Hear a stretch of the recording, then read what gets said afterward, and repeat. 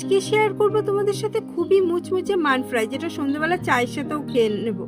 দেখেছো কতটা চওড়া কচুটা, এরকম চাকা চাকা করে বড় বড় টুকরো করে কেটে নিয়েছি, ছাল ছেড়ে ধুয়ে নিয়েছি, এবার ছোট টুকরো করে নিয়েছি। এবার কাটাটা দেখে নাও, প্রথমে সোজা, তারপরে একটু তেরসা করে কাটবো, যাতে ঠিক এরকম জালিদার হয়ে যায়।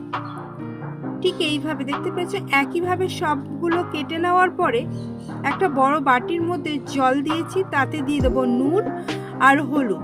এবার মানকচুগুলো দিয়ে জাস্ট 1 ফুট ফুটে উঠলেই তুলে নেব। তুলে জল ঝরাতে দিয়ে দেবো, ঠান্ডা হতে থাক। আর এদিকে একটা ব্যাটার বানিয়ে নেব। বড় বাটি নিয়ে নিয়েছি, তাতে দিয়ে দেবো চালের গুঁড়ো, বেশি বেসন কম, নুন হলুদ লঙ্কার গুঁড়ো, আর দেবো কালো জিরা আর স্বাদ মতো চিনি। শুকনো উপকরণগুলো ভালো করে মিশিয়ে অল্প অল্প জল দেব। এবার হাত দিয়েই ভালো করে গুলিয়ে নেব, ঠিক এরকম পাতলা করে।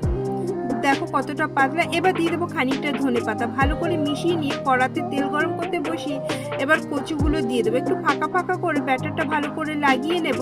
এবার গরম তেলের মধ্যে দিয়ে দেবো। দেখো বারবার দেখিয়ে দিচ্ছি, একটু ফাঁকা ফাঁকা করে, যাতে ব্যাটারটা ভালো করে ভেতর পর্যন্ত যায়, সেইভাবে করে দিয়ে দিলাম। একইভাবে সবগুলোই দিয়ে দেবো এরকমই, কিন্তু আগে দেখো একদম লো ফ্লেমে আস্তে আস্তে ধৈর্য ধরে ভাজতে হবে, যাতে ভেতর পর্যন্ত মুচমুচে থাকে।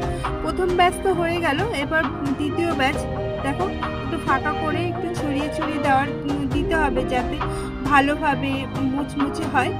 একইভাবে সবগুলোই ভেজে নিয়েছি। সত্যি কথা বলতে গরম ভাতে বলো, লঙ্কা ভাজা আর না হলে বিকেলে চায়ের সাথে দুর্দান্ত হয়েছিল। একবার অবশ্যই বানিয়ে দাও।